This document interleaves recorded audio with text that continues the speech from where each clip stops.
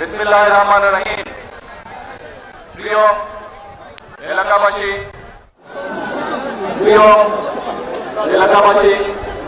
প্রিয় মুরব্বীবর্গ, নেতৃবৃন্দ, কর্মী ভাইয়েরা এবং উপস্থিত মা বোনেরা, আসসালামু আলাইকুম। কেমন আছেন আপনারা? এই যে আপনারা যে জায়গাটায় দাঁড়িয়ে আছেন, এটা কি খাল? রিয়া খাল।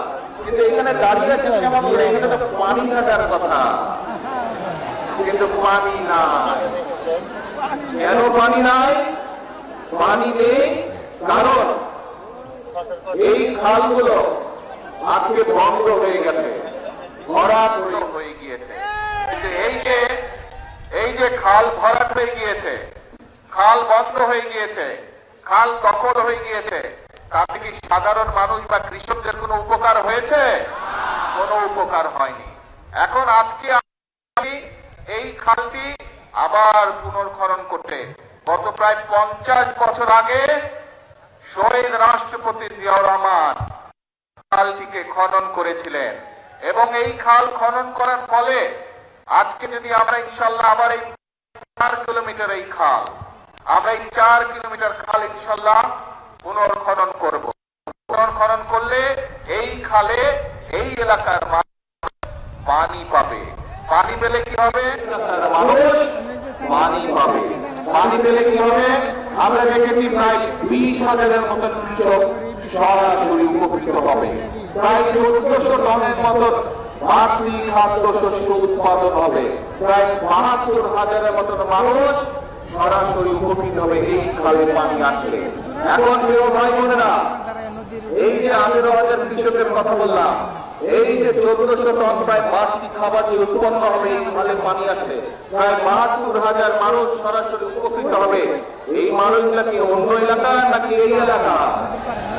এই এলাকা। তাহলে এই খালে পানি থাকলে উপকারটা কাদের হবে ভাই? এই এলাকার মানুষের হবে। প্রিয় ভাই বোনেরা, শুধু তাই নয়, ইনশাআল্লাহ এই খাল পুনর্খনন যখন শেষ হয়ে যাবে, আমরা ইনশাআল্লাহ এই খালের দুপাশে প্রায় 3,000 বৃক্ষরোপণ করব। বহু মা বোনেরা আছেন যারা ঘরে হাঁস পালেন বা হাঁস পালতেন আগে, কিন্তু এই খালে পানি না থাকার কারণে অনেকের ঘরে সেটা সম্ভব হয় না। কিন্তু যখন খালে পানি থাকবে তখন মা বোনদের জন্য একটি বাড়তি রোজগারের সুবিধা হবে হাঁস পালনের মধ্যে দিয়ে। সম্ভব এটা? আমরা যদি সকলে মিলে কষ্ট করে অবশ্যই সম্ভব। আমরা যদি সকলে মিলে পরিশ্রম করে তাহলে অবশ্যই ভাগ্যের পরিবর্তন করা সম্ভব, তাহলে অবশ্যই দেশের অবস্থার পরিবর্তন করা সম্ভব, তাহলে অবশ্যই দেশের মানুষ ভালো থাকতে পারবে। আমাদের রাজনীতি অর্থাৎ বিএনপির রাজনীতি হচ্ছে সেটি।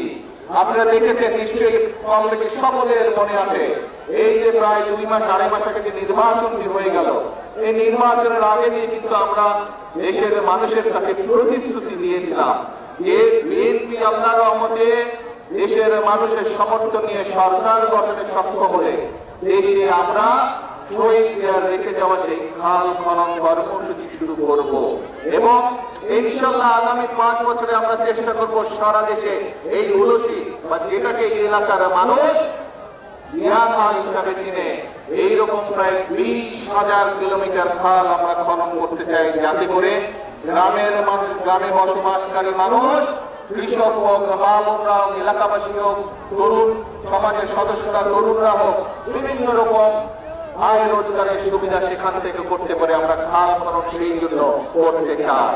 এই খাল খননের ফলে কি হবে? সরাসরি গ্রামে বসবাসকারী মানুষ, বিশেষ করে কৃষক ভাইরা সেই সুবিধা পাবে। শুধু ভাই বোনরা তাই নয়, আমরা নির্বাচনের আগে বলেছিলাম এই যে এখানে বহু মা বোন এখানে অপেক্ষা করছেন, মা বোনেরা এখানে আজকের এই সবাই এসছেন, এই খাল খনন কর্মসূচি অনুষ্ঠানে এসছেন। আমরা বলেছিলাম বাংলাদেশের জনসংখ্যা, এই যে প্রায় 20 কোটি জনসংখ্যা বাংলাদেশের, এর অর্ধেক হচ্ছে নারী। দেশনেত্রী খালেদা জিয়া এই নারীদের জন্য শিক্ষা ব্যবস্থাকে ফ্রি করে দিয়েছেন, ইন্টারমিডিয়েট পর্যন্ত, ডিগ্রি পর্যন্ত ফ্রি করে দিয়ে গিয়েছেন। প্রথমবার করেছেন স্কুল পর্যায়ে, ইন্টারমিডিয়েট পর্যায়ে, দ্বিতীয়বার করেছেন ইন্টারমিডিয়েট পর্যায়ে। এই খালেদা জিয়ার সেই কর্মসূচির অংশকে আমরা আরো সামনে নিয়ে যেতে চাই। এই জন্য আমরা সিদ্ধান্ত গ্রহণ করেছি যে ইনশাআল্লাহ খালেদা জিয়া ইন্টারমিডিয়েট ডিগ্রি পর্যন্ত করে নিয়ে ইন্টারমিডিয়েট পর্যন্ত করে নিয়ে গেছেন, আমরা মেয়েদের শিক্ষা ব্যবস্থা ইনশাআল্লাহ ডিগ্রি পর্যন্ত অর্থাৎ উচ্চতর পর্যন্ত ইনশাআল্লাহ বিনামূল্যে ব্যবস্থা করব। শুধু এইভাবে আমাদের এইবারকার কর্মসূচির একটি অংশ, শুধু মেয়েদের শিক্ষা ব্যবস্থা আমরা ডিগ্রি পর্যন্ত ফ্রি করবো না, একই সাথে আমাদের যে মেয়েরা ভালো রেজাল্ট করতে পারবে তাদের জন্য আমরা উপবৃত্তিরও ব্যবস্থা করব সরকার থেকে, যাতে করে তারা আরো উচ্চতর শিক্ষা লাভ করতে পারে। এখন প্রিয় ভাই বোনরা, আমরা বলেছিলাম খাল খনন করব, আমরা কিন্তু আমাদের ওয়াদা রেখেছি, দেশে আমরা খাল খননের কর্মসূচি কাজ শুরু করেছি। আজকে এইখানে শুরু করব, এর আগে আমি দিনাজপুর দিয়ে খাল খননের কর্মসূচি শুরু করেছিলাম। প্রিয় ভাই বোনেরা, আমরা বলেছিলাম মা বোনদের যেরকম শিক্ষার ব্যবস্থা আমরা ডিগ্রি পর্যন্ত থেকে শুরু করে উচ্চতর পর্যন্ত আমরা ফ্রি করবো, একই সাথে উপবৃত্তি দিব আমরা যেরকম, ঠিক একইভাবে আমরা বলেছিলাম এই মাদেরকে শিক্ষার পাশাপাশি স্বাবলম্বী করার জন্য আমরা ফ্যামিলি কার্ড দিব মা বোনদের হাতে। বিশেষ করে যে সকল মায়েরা, যে সকল বোনেরা পরিবারের প্রধান, সেই নারী প্রধান পরিবারের হাতে 5 বছরের মধ্যে আমরা চেষ্টা করব সকল গ্রামে সকল মায়েদের হাতে ফ্যামিলি কার্ড পৌঁছে দেওয়ার চেষ্টা করব ইনশাআল্লাহ। আমরা মাধ্যমে প্রতি মায়ের কাছে, প্রতি নারী পরিবারের প্রধানের কাছে আমরা মাসে পক্ষ থেকে ইনশাআল্লাহ 2500 করে পৌঁছে দেওয়ার ব্যবস্থা করব, যাতে করে তারা তাদের সন্তানদের দেখভাল করতে পারে, তাদের সন্তানের পড়ালেখা দেখভাল করতে পারে ভালো করে, তাদের সন্তানকে 2 চাকরি ভালো খাওয়াতে পারে, যাতে করে তারা মা বোনেরা একই সাথে সেই 2500 টাকা থেকে ছোট ছোট উদ্যোগ গ্রহণ করতে পারে। হাঁস পালন, মুরগি পালন, গরু ছাগল পালন, এরকম কাজ করার মাধ্যমে, এরকম ছোট ছোট ব্যবসার মাধ্যমে যাতে মা বোনদের একটা নিজের রুজি রোজগারের ব্যবস্থা সেই নিয়ে আমরা করতে চাই। প্রিয় মা বোনেরা, আমরা 2 দিন আগে আরেকটি সিদ্ধান্ত গ্রহণ করেছি।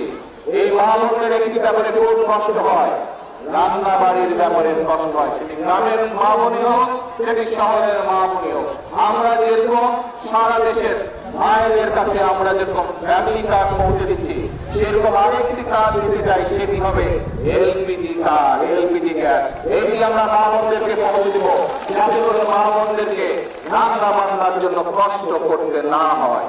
প্রিয় ভাই বোনেরা, আমরা বলেছিলাম যে বিএনপি সরকার গঠন করলে কৃষক ভাইদের জন্য আমরা কৃষি কার্ড দিব। কৃষক ভাইদের আমরা 10,000 টাকা পর্যন্ত কৃষি ঋণ যেটা আছে সেটা আমরা মওকুফের ব্যবস্থা করব। আল্লাহর রহমতে আমরা সেই কাজ শুরু করেছি এবং সরকার গঠনের প্রথম 10 দিনের ভিতরে আমরা কৃষকদের যে যাদের 10,000 টাকা পর্যন্ত কৃষি ঋণ ছিল তাদের সেই কৃষি ঋণ আমরা মওকুফ করেছি। আমরা বলেছিলাম দেশের বিভিন্ন জায়গায় বিভিন্ন মিনি কলকারখানা বন্ধ হয়ে গিয়েছে। এই মিনি কলকারখানা বন্ধ হয়ে যাওয়ার কারণে বহু মানুষ বেকার হয়ে গিয়েছে, বহু যুবক বেকার হয়ে গিয়েছে। আমরা বলেছিলাম এই কলকারখানাগুলো চালুর ব্যবস্থা ইনশাআল্লাহ আমরা করব। আমরা সেই কাজেও হাত দিয়েছি। আগামী 2-4 মাসের মধ্যে ইনশাআল্লাহ বাংলাদেশের অনেকগুলো বন্ধ হয়ে যাওয়া কলকারখানা আবার চালু করা সম্ভব হবে, যার ফলে অনেক বেকার যুবক নতুন করে কর্মসংস্থানের সুযোগ হবে। শুধু তাই নয়, আমরা বিভিন্ন শিল্প উদ্যোক্তারা যারা আছে তাদেরকে আমরা দেখেছি, তাদের সাথে কথা বলছি, তাদের বিভিন্ন অসুবিধা যেগুলো আছে সেগুলো আমরা সরকারের পক্ষ থেকে সমাধানের চেষ্টা করছি, যাতে করে তারা নতুন নতুন শিল্প কারখানা তৈরি করে এবং যাতে করে এই দেশের যারা তরুণ যুবক আছে কর্মসংস্থান, যাদের কর্মসংস্থান নেই, যারা বেকার হয়েছে তারা যাতে কর্মসংস্থানের সুযোগ পায়, সেই কাজও আমরা শুরু করেছি। প্রিয় ভাই বোনেরা, আমরা বলেছিলাম যে মসজিদের ইমাম বলেন, খতিব সাহেব বলুন, মুয়াজ্জিন বলুন, বিভিন্ন অন্য ধর্মের যারা ধর্মে ঘুরেছে তাদেরকে আমরা ব্যবস্থা করবো সরকার থেকে তাদের জন্য একটি সম্মানী, সেই ব্যবস্থার কাজও আমরা শুরু করেছি এরই ভিতরে। অর্থাৎ এই যে কটি কাজের কথা আপনাদের সামনে আমি তুলে দিলাম, ভাই বোনেরা, এই সকল কাজগুলো আমরা করতে চাই এই দেশের মানুষের জন্য। এবং আমরা যে প্রধান মানুষকে দিয়েছি, যে প্রতিশ্রুতি দিয়েছি, আমরা যতদিন বাংলাদেশের মানুষের সমর্থন থাকবে, যে পর্যন্ত বিএনপি সরকার পরিচালনার দায়িত্বে থাকবে, আমরা আমাদের প্রতিশ্রুতি জনগণকে দেওয়ার প্রতিশ্রুতি আমরা চেষ্টা করবো ইনশাআল্লাহ অফ করে পালন করার জন্য। আমাদের রাজনীতি, বাংলাদেশ জাতীয়তাবাদী দল বিএনপির রাজনীতি হচ্ছে এই দেশকে ঘিরে রাজনীতি। আমাদের রাজনীতি হচ্ছে মানুষের ভাগ্য পরিবর্তনের রাজনীতি। আজকে আপনাদের সাথে যে কয়টি পরিকল্পনার কথা আমি তুলে ধরলাম সংক্ষেপে, এই কয়টি পরিকল্পনা যদি আমরা সফল করতে পারি, এই কয়টি পরিকল্পনা যদি আমরা বাস্তবায়ন করতে পারি, তাহলে বাংলাদেশের খেটে খাওয়া মানুষ যারা আছে, বাংলাদেশের সমগ্র জনসংখ্যার 20 কোটি জনসংখ্যার প্রায় 70% মানুষ গ্রাম অঞ্চলে বা উপজেলা বা জেলা পর্যায়ে বাস করে।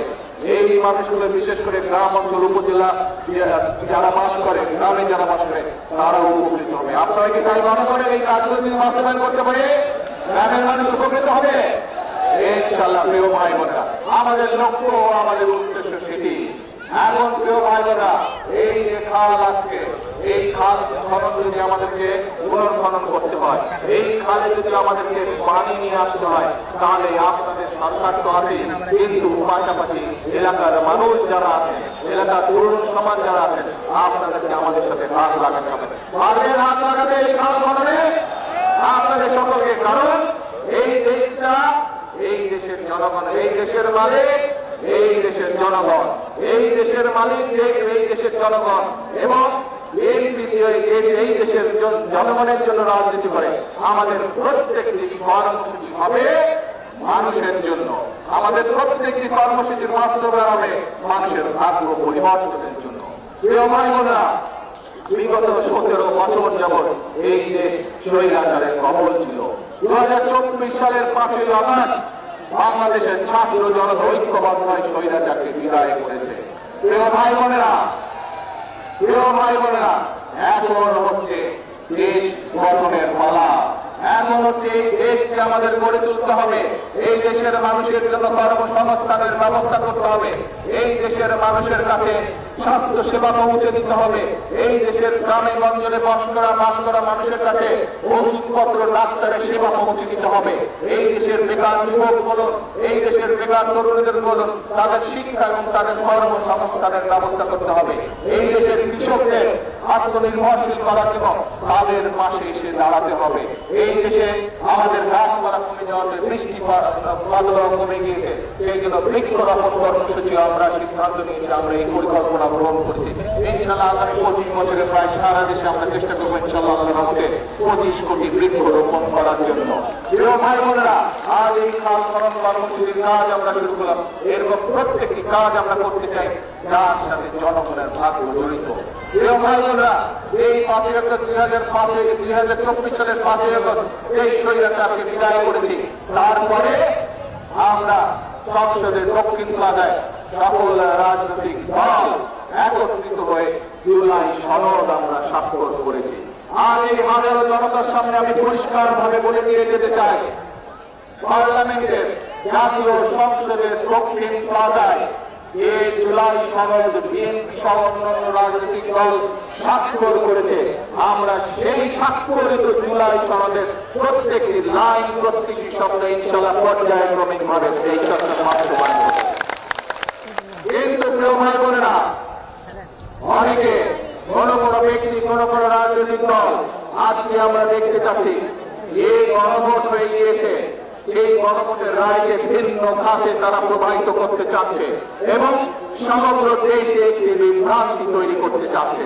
প্রিয় ভাই বোনেরা, এই যে আমার বক্তব্যের শুরুতে আপনাদেরকে যে পরিকল্পনাগুলোর কথা আমি আপনাদের সামনে তুলে ধরলাম, আপনারা এই হাজারো মানুষ হাত তুলে বলেছেন যে এই পরিকল্পনাগুলো যদি সফল হয় তাহলে ইনশাআল্লাহ দেশের মানুষের ভাগ্যের পরিবর্তন হবে। তাই তো নাকি? ঠিক বলেছে? এবার ঠিক বলেছে? এখন প্রিয় ভাই বোনেরা, আপনাদেরকে সজাগ থাকতে হবে, সতর্ক থাকতে হবে। যারা গণভোটের রায়কে ভিন্ন কাজে প্রবাহিত করতে চায়, যারা জুলাই সনদের অর্থ ভিন্নভাবে তাদের নিজেদের রাজনৈতিক স্বার্থ হাসিলের জন্য উপস্থাপন করতে চায়, এরা বিশৃঙ্খলা সৃষ্টি করতে চায়।